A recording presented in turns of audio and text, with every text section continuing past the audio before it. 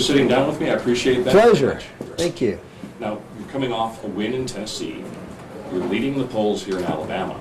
But you still have a tough opponent with Newt Gingrich in terms of trying to out-conservative one another. Well, I think really the issue here is, who has the best chance of first beating President Obama, and secondly, obviously, you got to get through this primary. And if conservatives really want someone who can win in the general election, someone who has proven that they can win in all parts of the country, in the South and in the West and the Upper Midwest and Mid-South, we've been able to do that. And I'm hopeful that people here in Alabama who I know want a conservative, who I know want someone that represents their values, the best chance to do that is to give us a shot one-on-one against Mitt Romney. And I think it's pretty clear that Speaker Gingrich, if he doesn't win Alabama and win Mississippi, is probably not going to stick around the race much longer. And we're going to win Kansas on Saturday, which is a very key caucus, a lot of delegates there, and we'll do very, very well there. Both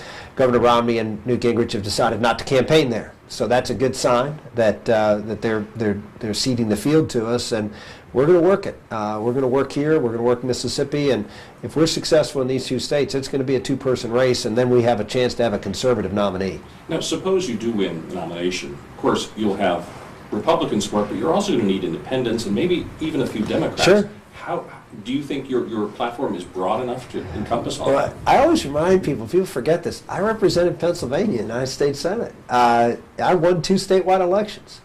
In 1 year, George Bush lost the state by 5 points, and I won it by 6.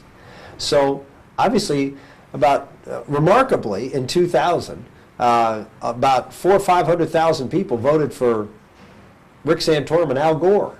So that'll tell you that we have appeal in the sense that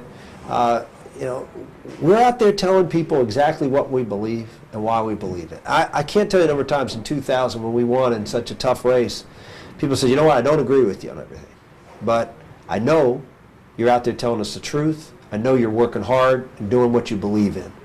And you know what?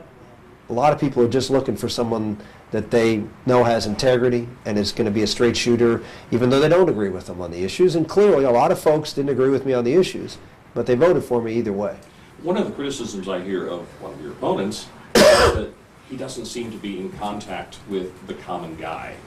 And that's one of the things that resonates in your campaign. Well, I give Mitt Romney a lot of credit. He's done a lot with his life. He had a good opportunities, and he took advantage of them.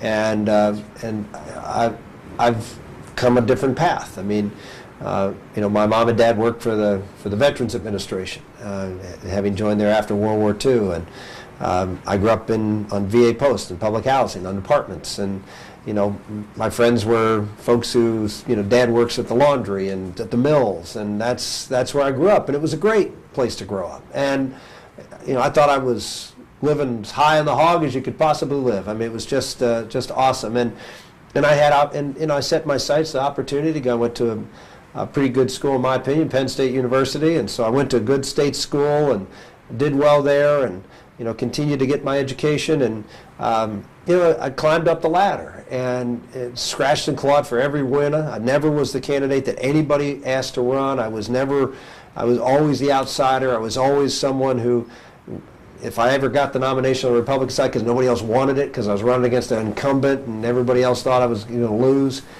And that's sort of the scratch and clawing that people in America do every single day to climb the ladder. And I think that story relates to people a little better than Governor Romney's. Now, what about, you talked about scratching and clawing. Do you think all of this fighting back and forth is divisive to the Republican Party, is weakening the Republican Party? I would just say that you got to go through the fire in order to get stronger.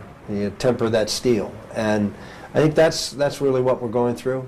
I can tell you that just in the last few weeks, I think I've become a better candidate. You got to stay focused on the core issues and what matters, and talk about the things that are important to voters, and communicate that in a way that's